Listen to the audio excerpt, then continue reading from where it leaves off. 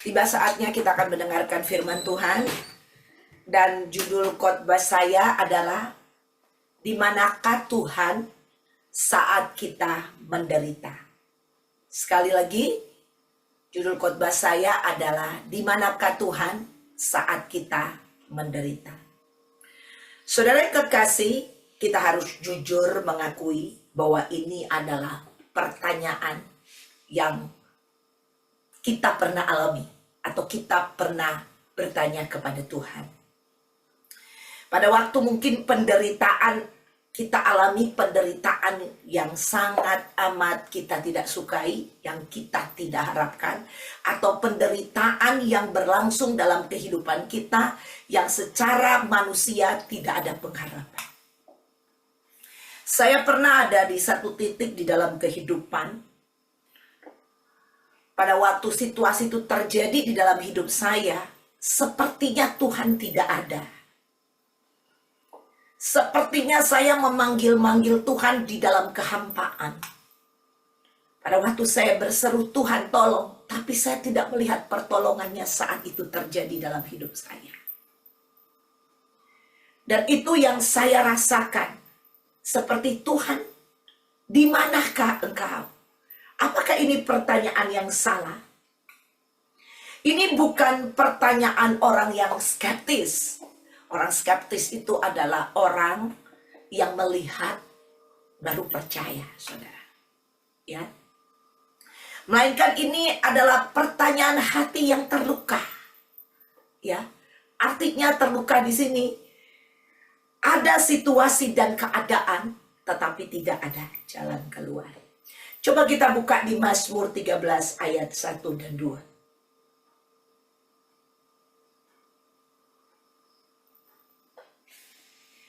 Untuk pemimpin biduan, Mazmur Daud. Berapa lama lagi Tuhan kau lupakan aku terus-menerus? Berapa lama lagi kau sembunyikan wajahmu terhadap aku? Berapa lama lagi aku harus menaruh kekhawatiran dalam diriku dan bersedih hati sepanjang hari? Berapa lama lagi musuhku meninggikan diri atasku? Saudara pemazmur pernah mengalami hal terendah dalam hidupnya. Ya. Bukan dia tidak percaya kepada Tuhan, tetapi luka yang terjadi di dalam dirinya yang dia tidak bisa tahan. Sudah berbicara luka bukan hanya luka secara fisik, tetapi luka yang dimaksud di sini berbicara tentang kedalaman hati kita yang sudah tidak bisa lagi, saudara. Ya, kita nggak bisa carry anymore. Ya, kita nggak bisa hadapi situasi ini lagi dengan kemampuan diri kita sendiri. Saudara yang kekasih, tetapi ada kesalahan besar yang sering menyusup ke dalam gereja Tuhan. Anggapan bahwa kesengsaraan itu atau yang jahat itu berasal dari Tuhan. Saudara yang kekasih, kita akan belajar lebih lanjut di sini supaya jangan kita salah persepsi dengan Allah. Dia adalah Allah yang baik. Khususnya di perjanjian baru, saudara, kalau kita belajar bahwa Tuhan datang untuk menyembuhkan kita. Amin. Ada luka di hatimu, Tuhan datang untuk menyembuhkannya. Saudara, dia Allah, dia Tuhan. Dia tahu keberadaan kita. Kita lihat di Yohanes 9 ayat 1 sampai ayat yang ketiga.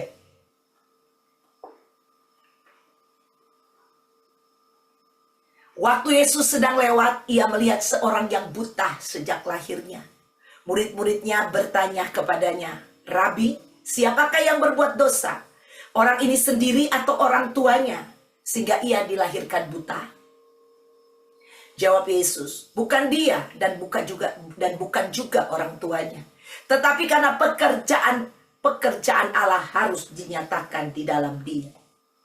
Saudara, penderitaan yang barusan kita baca ini adalah penderitaan yang jenis sakit penyakit. Saudara, tetapi ini mewakili semua penderitaan. Ya, ini mewakili semua penderitaan. Saya nggak akan buka satu persatu ayat tentang penderitaan-penderitaan. Tapi ayat ini saya anggap mewakili.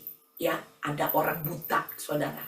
Ya, dan orang bertanya, Tuhan, orang buta ini, dia sakitnya kenapa Tuhan? Penyebabnya apa? Apakah itu karena dosa? Tapi Tuhan bilang bukan dosa dia, bukan dosa orang tuanya.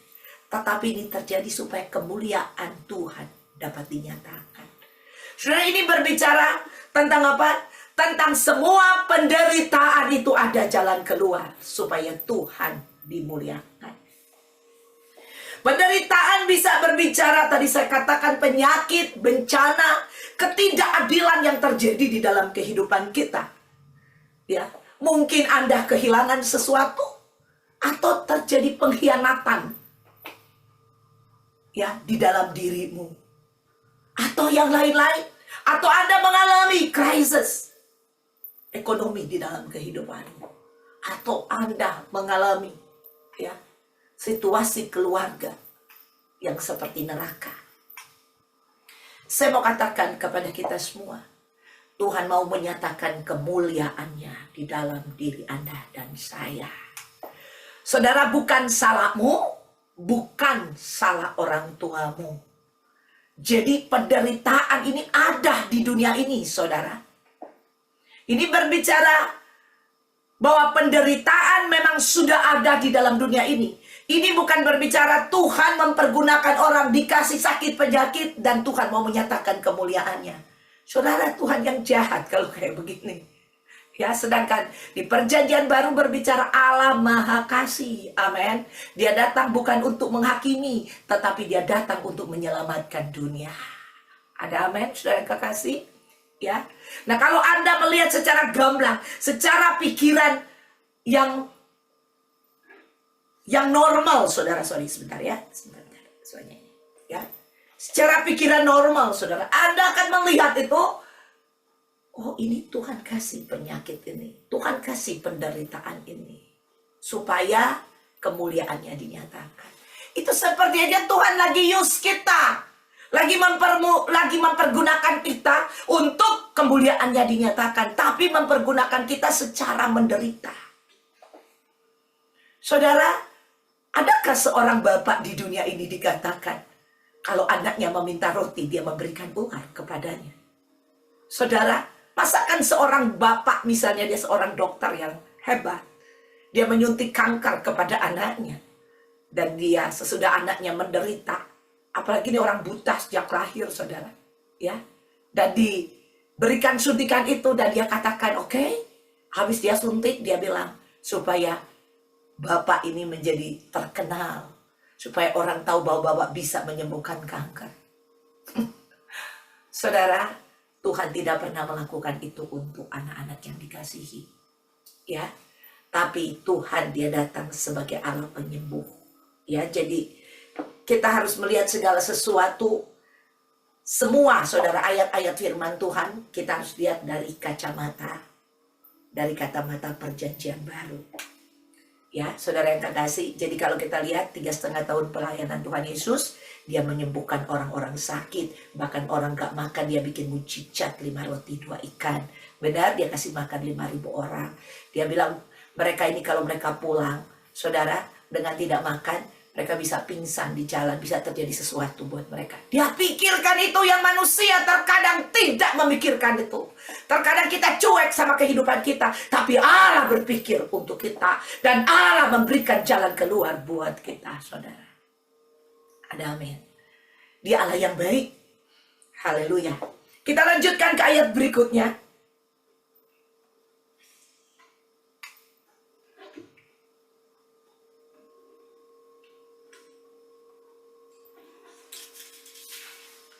Silakan. Kita pergi ke Yesaya. Saudara, kita lihat. Ia dihina dan dihindari orang. Seorang yang penuh kesengsaraan. Dan yang bisa menderita kesakitan. Ia sangat dihina. Orang menutup mukanya terhadap dia. Dan bagi kita pun dia tidak masuk hitungan. Tetapi sesungguhnya, perhatikan, penyakit kitalah yang ditanggungnya. dan kesengsaraan kita yang dipikulnya. Padahal kita mengira dia kena tulah, dipukul dan ditindas Allah. Tetapi dia tertikam oleh karena pemberontakan kita. Dia diremukkan oleh karena kejahatan kita. Ganjaran yang mendatangkan keselamatan bagi kita ditimpakan kepadanya. Dan oleh bilur-bilurnya kita menjadi sembuh. Saudara yang kekasih, kita lihat di situ bahwa Tuhan, dia sendiri telah menanggung penderitaan kita. Ya, saudara yang kekasih, karena dia tidak mau kita hidup di dalam penderitaan. Saudara, penderitaan yang paling puncak itu penderitaan nanti hidup kekal di neraka. Dan penderitaan yang ada di neraka itu memang diciptakan Allah untuk orang-orang yang tidak percaya kepadanya. Dan itu penderitaan yang sifatnya tidak ada limit. Baik penderitaan secara api yang panasnya tidak ada limit. Kalau udah berbicara kekal, berbicara datang dari Allah, saudara, itu berbicara tidak ada yang bisa melewatinya. Makanya Tuhan datang untuk memberikan kita hidup dan hidup dalam kelimpahan. Selalu berbicara, saudara, bahwa melebihi kapasitas manusia. Dan api di sana melebihi api yang ada di dunia ini. Dan berbicara bahwa di dunia ini hanya temporary, sementara. Sedangkan berbicara di sana berbicara kekal. Saudara, itu berbicara yang datang dari Allah, sifatnya itu di atas segalanya dan kekal. Karena Allah kekal. Apa yang dia katakan itu sifatnya kekal. Karena dia Allah yang kekal. Waktu menjadi kekal karena dia ada dalam waktu. Waktu itu menjadi kekal. Saudara, segala sesuatu menjadi kekal. Dan berbicara kekal itu unlimited. Jadi berbicara neraka, Allah yang ciptakan itu unlimited. Berbicara surga, Tuhan yang ciptakan itu juga berbicara unlimited. Saudara yang kekasih di dalam Tuhan Yesus Kristus, mengerikan sekali kalau ada orang-orang percaya yang menganggap bahwa pencobaan atau penderitaan yang dialami adalah berasal dari Tuhan. Tuhan mengirim itu untuk membentuk dia. Tuhan mengirim dia untuk mencobai dia, untuk mengetes imannya dia. Saudara, Tuhan bukan tidak ada kerjaan, saudara, untuk melakukan itu. Setelah dia datang ke dunia ini 2000 tahun yang lalu, dia telah mengorbankan dirinya. Sehingga dia bilang, barang siapa percaya tidak binasa, melainkan beroleh kehidupan yang kekal. Saudara, dia bilang barang siapa percaya tidak binasa, hanya dengan percaya tidak binasa, melainkan beroleh kehidupan kekal. Banyak orang menerjemahkan percaya ini, saudara, dengan macam-macam. Dikatakan iman tanpa perbuatan mati. Betul, iman tanpa perbuatan mati. Tetapi untuk keselamatan tanpa perbuatanmu, Yesus lakukan itu dengan perbuatannya sendiri. Itu salvation. Makanya Efesus berkata, jangan ada orang yang memegahkan diri. Jadi pada waktu engkau percaya kepada Yesus, engkau diselamatkan. Itu bukan usahamu, tapi pemberian Allah. Efesus 2 berkata. Saudara yang kekasih, kalau kita berkata bahwa kita harus melakukan keselamatan itu supaya kita bisa pergi ke surga, Anda menghina Tuhan. Kita tidak pernah melakukan apa-apa untuk keselamatan, Dia yang memberikan. Makanya keselamatan itu lahir dalam hidup orang percaya karena iman kita kepada Kristus. Kepercayaan kita bukan perbuatan. Perbuatan itu adalah perbuatan Allah. Jadi bukan iman tanpa perbuatan mati, artinya kita beriman, kita berbuat. Itu memang benar, iman tanpa perbuatan itu adalah mati. Ya, itu bukan untuk tentang keselamatan ini, perbuatan kita. Jadi tidak berbicara tentang perbuatan kita, tapi berbicara kita percaya akan perbuatan Allah. Beda ya, seperti itu. Allah yang melakukannya. Tapi ayat iman tanpa perbuatan adalah mati itu dalam konteks yang lain, maksud saya. Ya, kita harus mengerti konteks keselamatan ini. Dan saudara yang kekasih, ya, sangat disayangkan banyak orang berkata demikian. Padahal jelas Yakobus berkata, apabila seseorang dicobai, janganlah ia berkata pencobaan Ini datang dari Allah, sebab Allah tidak dapat dicobai oleh yang jahat dan dia sendiri tidak mencobai siapapun. Ya. Jadi dia tidak dapat dicobai oleh yang jahat. Jadi yang jahat mencobai kita. Betul? Tuhan Yesus dicobai oleh si jahat. 3 kali dia dicobai, saudara. Ya. Si jahat memakai kebenaran firman Tuhan untuk mencobai Yesus. Tapi apakah Yesus dapat dicobai? Tidak. Saudara yang kekasih, dunia yang kita tinggal saat ini adalah dunia yang hancur. Dunia yang rapuh, saudara yang kekasih. Dunia yang sedang binasa. Dan musuh yang ada di dunia ini adalah musuh si jahat, si iblis yang tidak punya kebaikan sedikit pun, yang setiap saat seperti singa yang mengaum-ngaum dan siap untuk menyerang kita. Tapi saya bersyukur kepada Tuhan, orang-orang percaya yang mengalami kesengsaraan di dalam kehidupannya, saudara yang kekasih, tidak perlu takut. Karena dunia memberikan kesengsaraan, saudara, kepada kita, tetapi Tuhan mau melepaskan kita. Ada amin. Karena dia adalah imam besar yang telah merasakan penderitaan kita. Coba kita pergi ke Ibrani.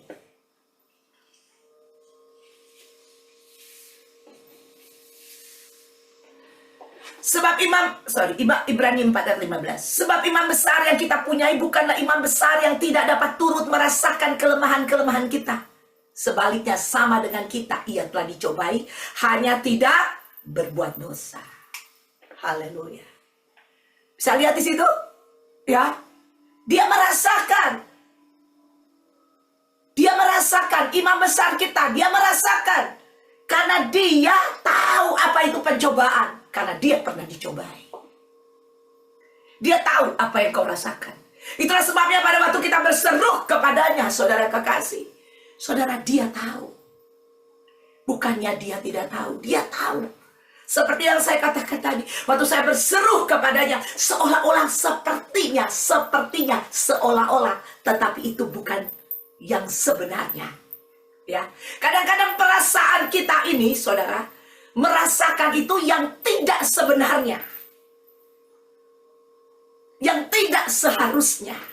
Tapi itu yang kita rasakan. Tapi apakah kita salah? Pada waktu kita tadi kita berseru kepada Tuhan. Pemazmur dia berseru kepada Tuhan. Saudara, pada waktu kita berseru, di dalam kita merasakan kesendirian. Kita merasakan seperti tidak ada. Dan kita berseru seperti Tuhan tidak ada. Makanya Tuhan ini tidak bisa kita percaya pakai perasaan. Iman itu bukan perasaan. Tapi iman itu kepercayaan. Walaupun perasaan kita gundah gulana, walaupun perasaan kita tidak menentu, tetapi kita harus tetap percaya.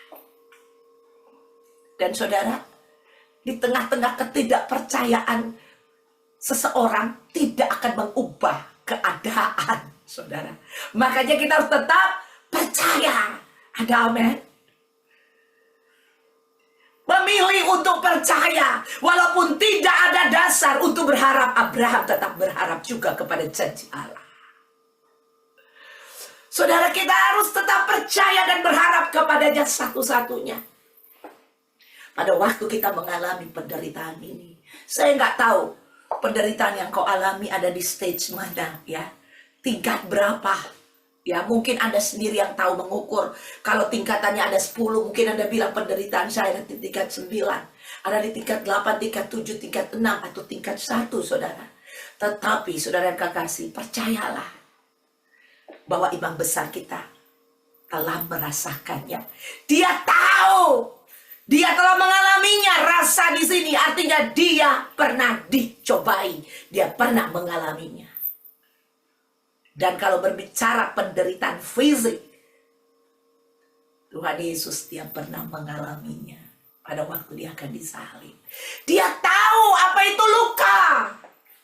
Dia tahu, saudara, apa itu Anda difitnah. Dia tahu. Dia difitnah, saudara. Ya, dikatakan macam-macam, saudara. Ya. Bayangkan, saudara, dia punya kuasa untuk melakukannya. Tapi dia terus, saudara, penderitaan itu, dia terus berjalan di tengah-tengah penderitaan itu. Karena dia tahu, penderitaan itu, ujung-ujungnya ada kemenangan di sana. Saudara, ujung-ujung dari penderitaan untuk orang percaya itu ada kemenangan. Saudara, semua penderitaan yang kita alami ada kemenangan. Tuhan tidak pernah membiarkan kita sendiri. Tidak. Dia bilang, aku sekali-kali tidak akan pernah meninggalkan engkau. Dan aku menyertaimu. Saudara, pegang janji Tuhan ini. Agenda iblis, yaitu iblis datang untuk mencuri, membunuh, dan membinasakan. Saudara, berbicara tentang membinasakan, ini membinasakan jiwa. Membinasakan jiwa kita. Sehingga jiwa kita tidak diselamatkan lagi. Kalau berbicara penderitaan di dunia ini, saudara, itu penderitaan temporary. Yang ada expiration date-nya. Ada masa kadaluarsanya. Saudara, tapi iblis punya rancangan buat kita adalah penderitaan sampai ujung-ujungnya masuk dalam kebinasaan, perpisahan selama-lamanya dengan Allah. Itu agendanya iblis. Makanya dia kirim penderitaan-penderitaan, saudara, untuk apa? Supaya kita menderita. Sehingga kita akhirnya apa? Akhirnya kita bisa kehilangan, saudara. Kehilangan apa yang namanya janji Tuhan dalam kehidupan kita. Itu yang dia inginkan. Ya, bahkan dia kepengen supaya jiwa kita dibinasakan. Iblis datang untuk curi. Ya, dia mau curi semuanya. Habis dia curi, dikatakan untuk mencuri, dia mau bunuh kita, saudara. Ya. Dia mau supaya kita rasakan penderitaan itu, saudara. Ya. Tetapi ada janji Tuhan. Dikatakan Allah turut bekerja dalam segala sesuatu untuk mendatangkan kebaikan. Ya, kebaikan bagi orang-orang yang mengasihi Dia, yang terpanggil sesuai dengan rencananya. Kita sudah masuk di dalam panggilan Allah dalam hidup kita. Ayo kita tetap berjalan di dalam rencana Allah. Penderitaan apapun itu hanya penderitaan temporary. Saya mau katakan bahwa Allah sanggup membuat jalan keluar. Dan Dia sudah buat itu. Dia katakan tadi, ya, saudara, bahwa penderitaan yang Dia alami, untuk menanggung semua apa yang kita rasakan, apa yang akan kita alami. Dia tahu, saudara, bahwa Anda akan mengalami penderitaan-penderitaan, walaupun penderitaan yang kita alami tidak berbanding dengan penderitaan apa yang Tuhan lakukan, yang Tuhan bukan Dia kerjakan penderitaan ini, apa yang Tuhan alami, maksud saya. Amin. Gak ada banding, saudara. Saudara, kita gak pernah diseret dan dipermalukan di depan banyak orang. Yesus itu kematiannya, saudara, bukan cuma mati, Dia ditusuk terus mati disalib. Seperti itu Dia, saudara. Tetapi Yesus itu, saudara, Dia pikul salib. Dan Dia dipermalukan di semua orang yang ada di situ saat itu. Semua orang memandang Dia dan mereka berkata, salibkan Dia, salibkan Dia. Dia lebih daripada penjahat yang pernah hidup di dunia ini, saudara. Lebih jahat dari penjahat yang pernah hidup di dunia saat itu. Mereka memperlakukan Dia demikian. Bayangkan, saudara. Ya, apa yang Dia tidak alami, saudara? Dia tahu penderitaanmu. Amin. Haleluya. Saudara, kalau lihat, Dia dicambuk. Di ujung cambuk itu ada paku. Setiap cambukan itu keluar dagingnya, saudara. Anda nggak pernah alami itu, kan? Dipermalukan sedemikian rupa. Dihina, dicaci maki, diludahi, dibawa ke pengadilan. Tidak salah, tapi diadili. Dibunuh. Dengan baju diambil, dirobek. Dan Dia harus mikul. Dia jalan ke Bukit Kalvari. Ada amin. Untuk siapa Dia lakukan ini? Untuk Anda dan saya.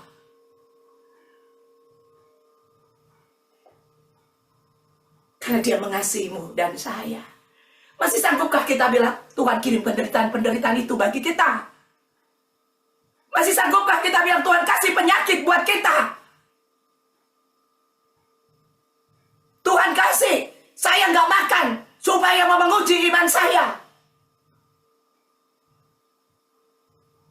Saudara yang kekasih, kita harus lihat Di perjanjian baru ini saya mau bawa kita melihat kita hidup baru di dalam Tuhan.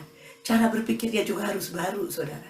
Ya, perjanjian lama memang berbicara tentang hukuman, ya, berbicara tentang banyak hal, saudara yang kekasih, ya. Karena bangsa Israel nih suka bandel, suka komplain, suka ini, dan akhirnya mereka harus terima hukuman. Saudara, di perjanjian baru hukumannya itu nanti neraka kekal. Ya, makanya Tuhan bilang kalau di perjanjian baru orang berdosa tuh mengingini milik orang lain aja udah berdosa. Mengingini belum melakukan, udah berdosa, saudara. Ya, karena itu berbicara hati, bukan berbicara perbuatan luar. Ya, kalau berbicara di perjanjian lama tuh berbicara sebenarnya yang luar. Tapi pada waktu dia datang, saudara, Tuhan Yesus datang, makanya berbicara tentang darah binatang, darah itu berbicara dari luar semua. Tapi waktu dia datang, dia menggenapinya di dalam spirit, di dalam hidup kita, di dalam kita, bukan di luar. Makanya perbuatan luar ini tanpa disertai dari hati yang benar itu sia-sia. Tuhan tidak menginginkan itu. Kalau dulu di perjanjian baru lama, ya jangan mencuri, orang nyolong nih gini. Sampai sekarang kan hukum ya di dunia ini, ya. Kalau ada orang berzina, itu berzina tidak dihukum kalau dia cuma berzina di dalam hati. Ya, kan Tuhan bilang kalau di perjanjian baru itu orang mengingini wanita lain di dalam hatinya dia sudah berzina. Jadi pada waktu ada orang-orang atau laki-laki atau perempuan yang mengingini lawan jenis, ya, itu bukan istrinya, itu bukan suaminya, Anda sudah berzina. Paham ya? Makanya saya mau ingetin, ya, bapak-bapak, ibu-ibu, bukan cuma bapak-bapak, ibu, bukan cuma bapak-bapak dan ibu-ibu juga. Jangan suka lihat-lihat, ya, karena handphone ini Anda bisa buka kapan aja, bisa lihat-lihat. Jangan suka lihat-lihat kalau itu bukan istri dan suami. Ada banyak orang ngeliatin, nikmati bukan istrinya, Anda sedang berzina. Paham? Jangan bilang, cuma lihat kok. Ya, karena Tuhan bilang Anda baru ingin, Anda udah berzina. Kalau perjanjian lama itu fisik, berzina dulu fisik. Ya, itu berbicara hukum, namanya hukum Taurat, berbicara hukum. Saat di dunia ini pun kita ada hukumnya.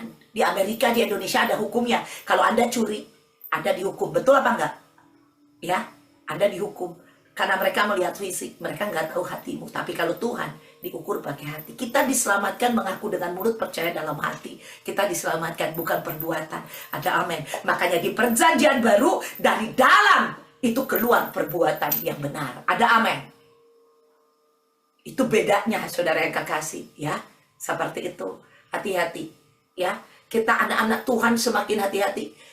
Karena penderitaan bisa saja terjadi walaupun kita tidak berbuat dosa. Tapi penderitaan juga terjadi, saudara, karena dosa. Makanya berhenti berbuat dosa. Karena bukan Tuhan yang menghukum engkau pada waktu kau melakukan penderitaan, tapi dunia ini akan menghukum engkau. Engkau akan diadili oleh hukum dunia ini kalau kau berbuat dosa. Penghukuman nanti untuk orang yang binasa nanti, itu nanti Allah yang akan melakukannya nanti di hari terakhir. Tapi untuk dunia ini, kalau kau berbuat dosa, main-main dengan dosa, penghukuman dunia menunggu Anda. Ada amin? Dan Anda berani bermain-main dengan dosa di dalam hatimu, saudara kekasih. Mungkin dunia, ya, secara fisik tidak bawa kau ke penjara. Tetapi, saudara, engkau akan frustasi, ya, di dalammu. Apalagi anak-anak Tuhan. Anak-anak Tuhan yang sudah ada Tuhan di dalamnya dan berani menikmati dosa demi dosa, Anda akan tenang di dalam kehidupan. Anda akan seperti dikejar-kejar.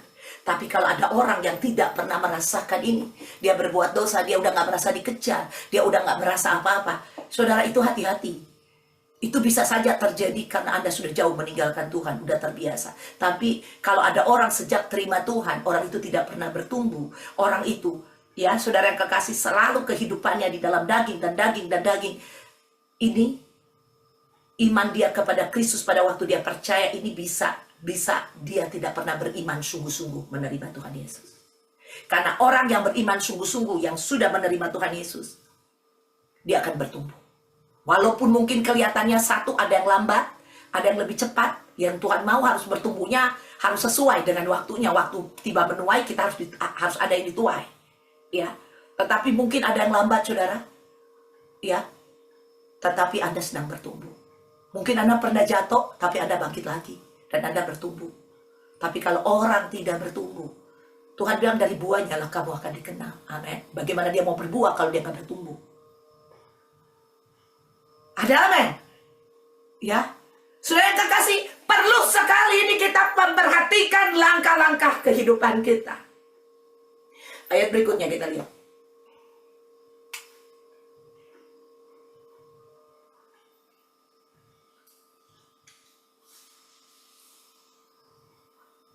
Sengsaraku, engkaulah yang menghitung-hitung. Air mataku, kau taruh ke dalam kirbatmu. Bukankah semuanya telah kau daftarkan? Saudara yang kekasih, kalau kita lihat ini, bahwa Tuhan dia menyimpan semua penderitaan-penderitaan yang Anda alami dan saya alami. Ditaruh di kirbatnya, didaftar dikatakannya. Artinya saudara yang kekasih, kalau pakai bahasa nih seorang bapak dengan anak ya. Terus ada yang bercanda, ada yang ganggu. Oke, kamu jangan ganggu anak saya ya. Sekali lagi kamu ganggu. Dan orang itu ganggu lagi. Kamu ganggu lagi. Sekali lagi. Diperingatkan. Didaftarkan. Sampai puncaknya saudara yang kekasih. Kita akan lihat. Tuhan tidak main-main. Dengan penderitaan yang anak-anaknya alami. Dia akan ubah itu menjadi kebaikan buat kita. Dia akan ubah itu menjadi kemenangan buat kita. Saudara yang kekasih.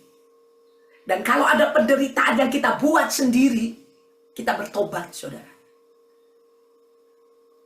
Karena seorang bapak, kalau anaknya pergi keluar, dan dia melakukan dosa di sana, dan dia harus dihukum, bapaknya tidak bisa membayar, ya, untuk hukumannya tidak berlangsung buat anaknya. Gak bisa. Dia gak bisa bilang begini, saya aja yang gantiin ya, biar anak saya gak masuk penjara, saya masuk penjara. No, anak itu harus bertanggung jawab. Ya, tentang perbuatan dia. Saudara yang kekasih, waktu kita melakukan hal-hal yang gak benar dan kita menderita, saya mau katakan kita bertobat. Dan pada waktu kita bertobat, Bapak akan ada di sana untuk siap membalut, memberikan engkau jalan keluar terhadap penderitaan. Ada amin? Haleluya. Dia ada. Dia ada di setiap penderitaan kita. Dia ada di sana. Ada amin? Dia ada untuk memberikan tangan yang perkasa, yang gagah, yang kuat. Siap untuk mengangkat kita. Dia sanggup. Yesus sanggup melakukan perkara yang besar. Amin. Jangan cuma nyanyi. Tapi kita percaya hari ini kalau ada situasi, keadaan, penderitaan yang engkau alami, yang Anda merasa bahwa tidak ada jalan keluar lagi, saya mau katakan dia sanggup. Haleluya. Apalagi penderitaan yang bukan karena kesalahan orang itu seperti penyakit itu. Kemuliaan Tuhan akan dinyatakan. Haleluya. Saudara, untuk itu sebagai anak-anak Tuhan, mari kita tetap tinggal di dalam kebenaran. Jangan bereaksi yang salah pada waktu ada penderitaan. Tapi reaksi kita pada waktu ada penderitaan datang kepada Dia. Pada waktu ada penderitaan, mari percayakan hidupmu kepada Dia. Taruh pengharapanmu kepada Dia. Dia sanggup. Haleluya. Saudara yang kekasih, kondisi dunia yang sudah rusak ini, saudara yang kekasih, kalau kita tidak hati-hati, akan terjadi perusakan-perusakan juga atas hidup kita. Banyak anak-anak Tuhan bukannya benar, tetapi moral dirusak. Sama siapa? Sama dunia ini. Karena orang ini memilih untuk ada di dunia, untuk hidup secara daging, secara duniawi, tanpa dia sadar moralnya ikut rusak. Saudara, mengerikan sekali. Hati-hati kita. Di dalam gereja Tuhan, saudara, iblis juga ada di sana. Ya, bukan Anda pikir Anda udah dalam gereja dan di ruangan itu aman, gak ada iblis. Ya, kayak kita lagi beribadah aman. Ya, kita ada di hadirat Tuhan, aman nih, gak ada iblis. Saudara, kalau engkau ada di hadirat Tuhan, walaupun ada iblis, dia gak bisa jamah kamu. Tetapi kalau Anda ada di hadirat Tuhan, tapi inimu gak ada di sana, percuma. Banyak orang datang ke gereja, tapi ininya berjalan kemana? Ininya gak ada di situ. Firman Tuhan waktu disampaikan gak ada. Waktu nyanyi kosong. Waktu dengar firman Tuhan kosong. Ya, Anda pernah mengalami itu? Pikirannya ada di mana-mana? Anda pernah mengalami itu? Hatimu gak tertuju kepada Tuhan? Ya, saudara yang kekasih, yang tertujunya kepada yang lain hatimu, pikiranmu ada di mana? Bukankah itu pernah atau mungkin sering kita lakukan? Dan di rutinitas waktu kita berdoa, saudara, kita berdoa tapi pikiran kita nggak ada di badan katanya. Hati kita nggak ada di sana. Yang penting sudah terucap kata-kata, yang habis berdoa juga kita udah lupa kata-katanya. Saudara, bukan seperti itu. Nikmati dia di dalam kesengsaraan kita. Firman Tuhan berkata bahwa Tuhan duduk di atas badai. Dia lihat badainya apa yang sedang kau alami. Pada waktu murid-murid Tuhan Yesus di dalam perahu terjadi goncangan, terjadi ombak yang sangat besar, yang airnya sudah masuk di sana. Saudara, Tuhan ada bersama dengan mereka. Ada amin. Dia ada. Dia memberhentikan badai itu. Pada waktu murid-murid berseru kepadanya, dia berhentikan badai itu. Haleluya. Satu kali Tuhan Yesus menyuruh murid-murid untuk menyeberang lebih dulu. Nanti dia akan nyusul dan dia naik. Dia berdoa, saudara, habis pelayanan. Dan apa yang terjadi, saudara? Tiba-tiba murid-murid Tuhan Yesus, ya, itu mereka di perahu diombang-ambingkan oleh gelombang, ya, dan mereka ketakutan. Dan mereka melihat apa, saudara? Tuhan Yesus berjalan di atas air. Betul? Datang menghampiri perahu itu. Ya, dan mereka bilang, waduh itu hantu. Ya, saudara, Tuhan ada di dalam setiap keadaanmu. Sesulit apapun, dia ada di sana. Ya, di dalam keraguan Petrus. Pada waktu dia berkata, Tuhan, kalau itu benar engkau, suruhlah aku berjalan di atas air. Dan Tuhan bilang, ayo Petrus, ini aku, berjalan. Dan dia keluar dari perahu. Dia mulai berjalan di atas mujizat. Betul? Mujizat itu. Ada emang orang bisa jalan di atas air. Ya, saudara, dia berjalan. Waktu dia mulai berjalan, dia pergi ke Tuhan. Ya, tiba-tiba dirasakan tiupan angin. Ya, nah itu tiupan angin nih, pencobaan, benar? Dan Petrus mulai tenggelam. Benar? Firman Tuhan berkata, dia mulai tenggelam waktu dia rasakan tiupan angin. Dan dia berteriak, Tuhan, tolong. Amin. Tuhan gak bilang, tenggelam dulu loh di sana. Ya, dia langsung menolong Petrus. Amin. Saudara, penderitaan-penderitaan yang kita alami juga di sana. Saudara yang kekasih, ingat, Tuhan ada di sana. Dan terkadang penderitaan yang datang kepada kita juga. Penderitaan itu dipakai. Artinya penderitaannya udah ada. Tapi akhirnya Tuhan memakai penderitaan itu. Jadi dia bilang dipakai itu untuk mendatangkan kebaikan buat kita. Amin. Artinya apa, saudara? Pada waktu iblis melemparkan itu, saudara, itu Tuhan di sana. Kita lihat Tuhan pakai itu supaya anaknya kembali kepada dia. Benar?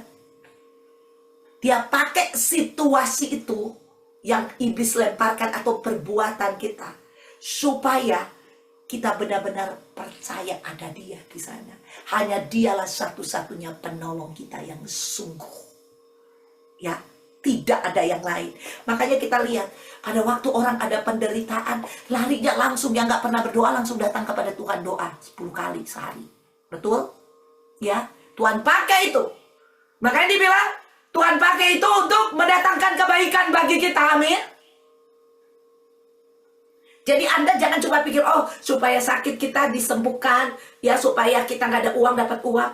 Tetapi pembentukan karakter juga bisa terjadi di sana. Ya, pembentukan karakter bisa terjadi di sana, saudara yang kekasih.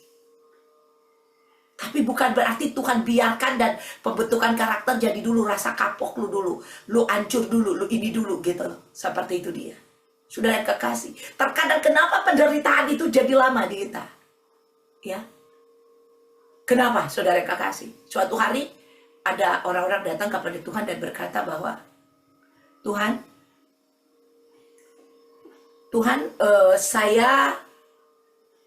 anak saya tidak bisa disembuhkan. Tadi murid-muridmu tidak dapat menyembuhkan. Betul? Seperti itu. Nah, berarti di sana kita lihat apa? Ada proses lebih lama lagi kan sakitnya. Benar? Ya. Kalau udah langsung disembuhkan, udah sembuh saat itu. Betul. Tapi ini satu proses yang akhirnya memperlambat kesembuhan itu. Benar? Kenapa? Karena ketidakpercayaan.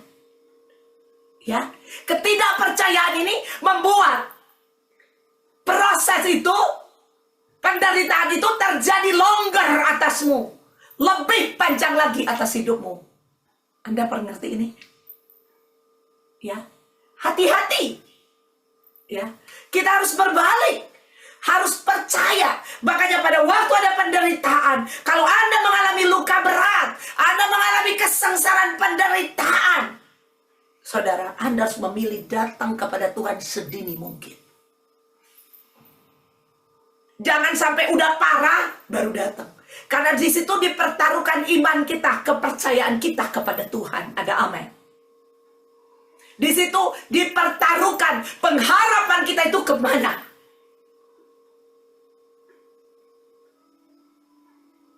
Ya, dikatakan tangan Tuhan bukan kurang panjang untuk menolongmu, tetapi karena ada apa? Ada dosa yang menghambat. Kalau ada dosa berhenti, amin. Ya, seperti itu berhenti. Karena dunia sedang menghancurkan engkau. Berhenti, kalau tidak engkau akan tambah hancur. Makanya Tuhan berkata kepada orang yang sakit di Bethesda bahwa jangan berbuat dosa lagi.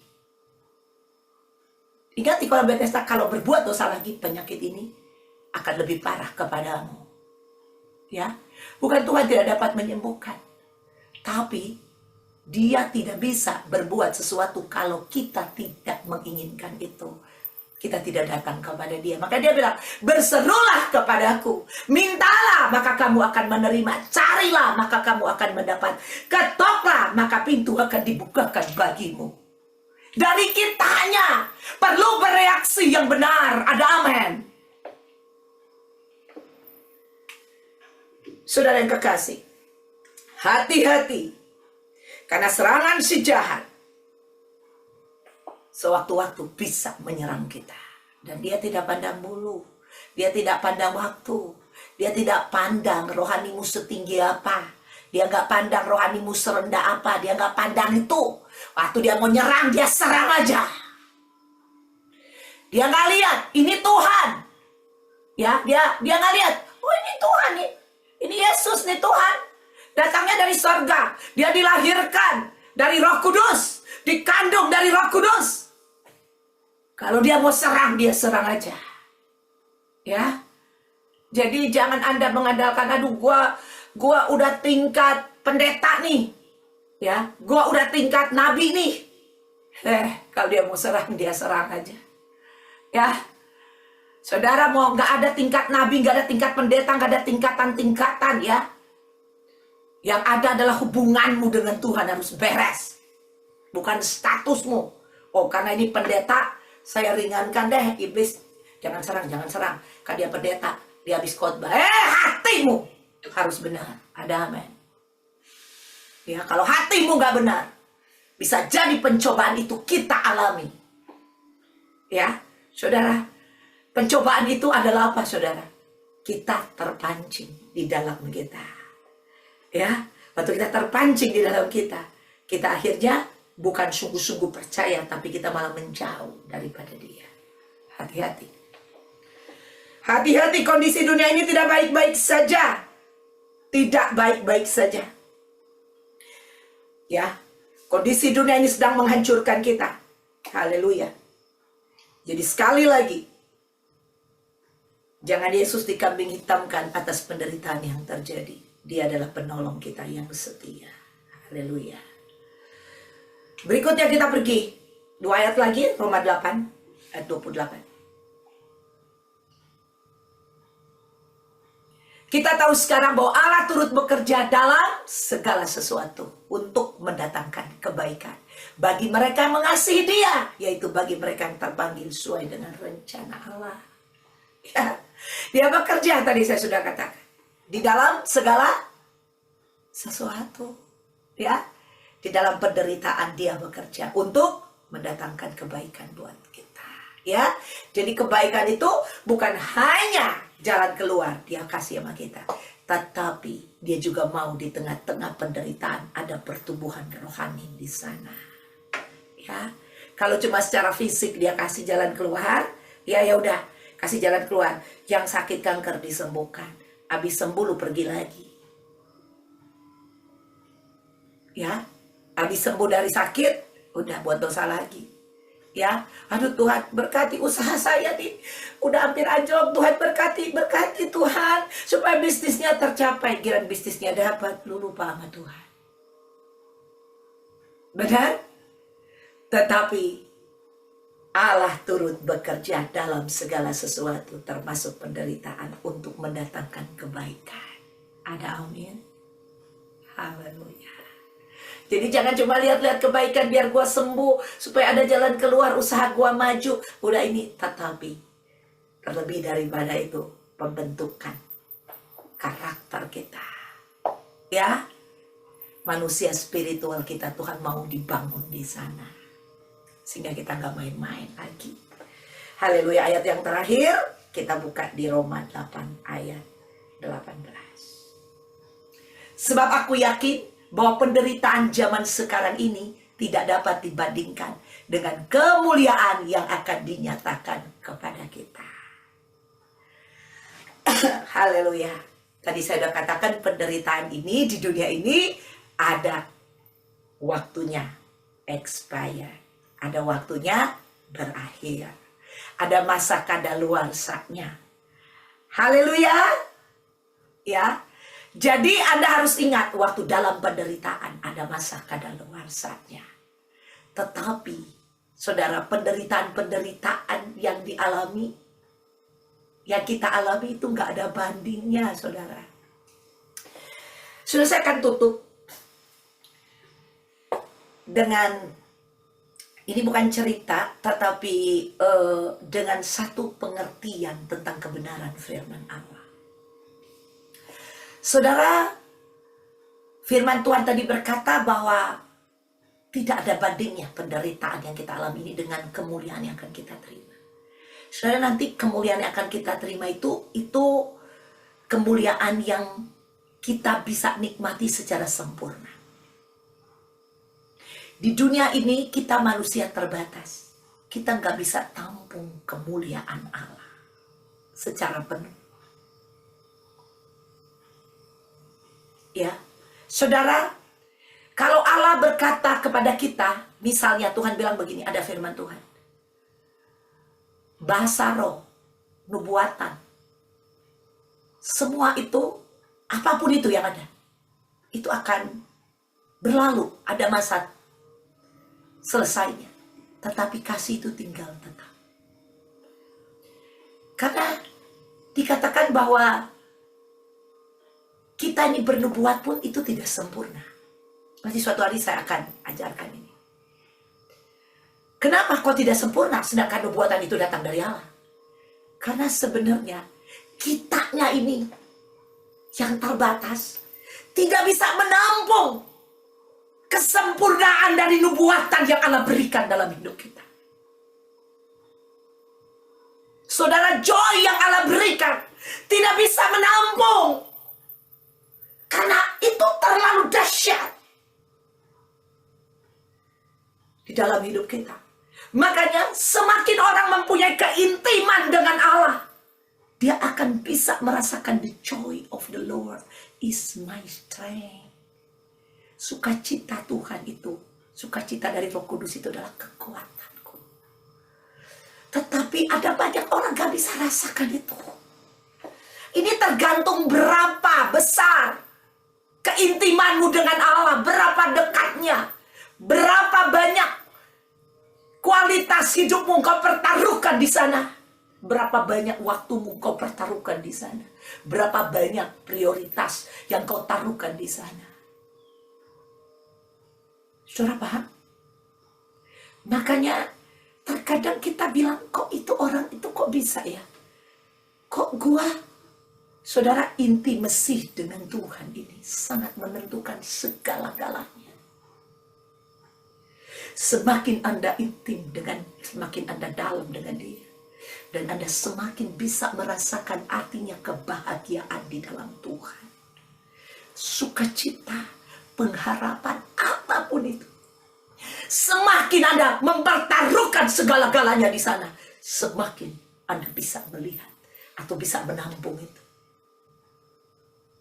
Ada amin. Suatu hari nanti, Paulus katakan, kemuliaannya tidak ada bandingnya. Di sana kita dalam posisi sempurna. 100% kita bisa nikmati itu. Ada amin. Di dunia ini dia mau kita cicipi. Saudara, kalau kita mau pergi ke suatu tempat, zaman dulu itu nggak pakai GPS, tapi ada map. Di Amerika waktu saya baru datang, di Amerika dulu nggak ada GPS, nggak ada. Itu kita pakai map. Dari map situ kita lihat belok kiri, belok kanan. Ya, GPS-nya ada di map. Saudara, map ini kertas. Ini bukan kenyataan. Kita belum ada di sana. Betul? Tapi kita udah ada petunjuknya. Ya, kita udah ada petunjuknya. Ini yang Paulus mau katakan. Kemuliaan nanti. Kita udah punya mapping itu. Suatu hari kita ada di sana. Ya, saudara, Paulus mau kasih tahu. Ini belum nyata. Tapi itu nanti. Di sana nih kita dalam kesempurnaan. Itu akan menjadi nyata. Saudara, tapi Tuhan mau. Dia mau cicipi itu dalam kehidupan kita. Dia tahu kita nggak bisa nampung itu. Gak bisa dia tahu. Dan cuma dia, saudara, dia ada di dalam kita terlalu besar. Dia too big for us. Amin, tapi dia ada di dalam. Dia mau kita mau. Dia mau kita merasakan pertolongan. Dia mau kita merasakan ya yang dia sudah rasakan. Dia merasakan penderitaan kita. Dia merasakan kelemahan-kelemahan kita sebagai imam besar. Dia mau Anda merasakan pertolongan dari dia. Ada amin? Ya, seperti itu. Tapi kenapa pertolongan cuma sampai di ujung-ujung? Kayaknya nggak kurang-kurang kelihatan. Kayaknya kalau kita butuh A, kayaknya cuma kita butuh E, kayaknya kita cuma sampai dapat di B. Atau cuma sampai di A. Hubungan dengan Tuhan ini akan menentukan, saudara, di dalam hati kita. Ada amin? Nanti kita akan bahas ini lebih lanjut di sel-sel grup, saudara. Karena ini sangat mendalam buat saya untuk mengekspresikan itu kepada Anda. Tetapi mari, saudara, semua penderitaan Anda kadaluarsanya, Tuhan ada bersama dengan kita. Dia mau memberikan jawaban, jalan keluar buat kita. Ayo, saudara, Anda yang di luar, dia kembali kepada dia. Anda dalam penderitaan, tapi Anda dalam kehidupan benar, Anda percaya bahwa ini akan berakhir. Kalau saya berkhotbah pada hari ini, Tuhan mau memberikan jawaban yang pasti buat engkau, bahwa dia penolong yang setia buat kita. Haleluya. Saudara yang kekasih, mari ciptakan hubungan yang baik dengan Allah, intimasi yang baik, pertaruhkan segalanya di sana, dan engkau akan melihat yang lebih besar lagi di dalam hidupmu. Nama Tuhan dipermuliakan. Amin.